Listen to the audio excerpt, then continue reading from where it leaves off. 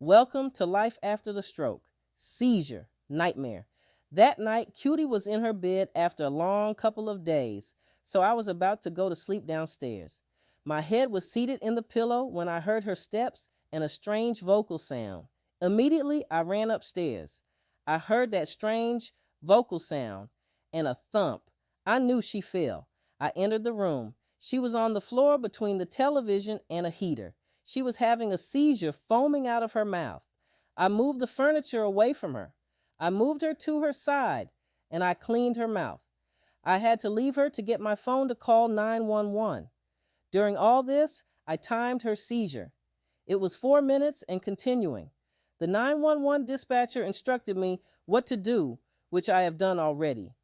By this time, the seizure was continuous, passing 8 minutes.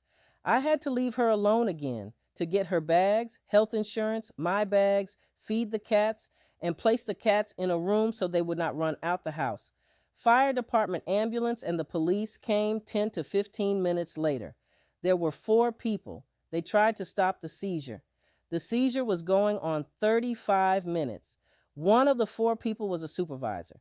He said that her bedroom was too hot, so he opened the windows. It was hot and her glucose level was 326. How the hell it was 326 if she did not eat anything? I gave the supervisor Cutie's medical information and health insurance in order for her to ride in the ambulance. Before I left to the hospital, I closed the windows and I opened the door where the cats were. I rode in the ambulance, sitting next to the driver. Now it was close to an hour. The seizure was not stopping. Now in my mind, I was scared. I was crying inside. I kept remembering her little body bouncing hard against the floor. Was it too soon for her colonoscopy? Why was her blood sugar so high when she ate very little? Would the seizure lead to another stroke?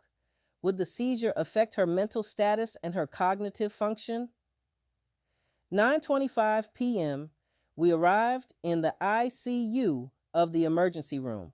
Seizure was continuously 1 hour and a half.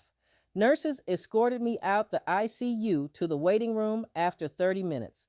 I waited for 1 hour. No one told me anything, so I went to a nearby nurse station and I was told she was getting her MRI and she would be at space 26. I went to space 26. 30 minutes later, the technicians brought her to that space. She had blue bumps spread from the front of her head to the back. The bump was bigger than her head. A quick thought came to my head that the hospital did something, but I realized that she fell at home, and I did find her between furniture, and she was on a blood thinner. She had an endotracheal tube, which looked quite alarming. The seizure had stopped maybe after 2 hours. She was in a postictal state.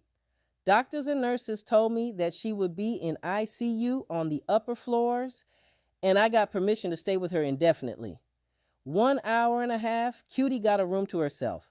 Nurses and aides recorded every wound on her body, and they cleaned her up. I watched her for hours, crying, praying, remembering her body hitting that floor. I kept repeating the process until I finally fell asleep. This concludes Life After the Stroke, Seizure Nightmare. Here is my final thought. It was a good thing that Cutie had a seizure getting up because I heard the fall.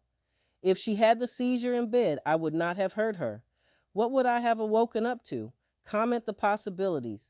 Come back to see what happened next. Hit the like button, follow, and subscribe to Life After the Stroke.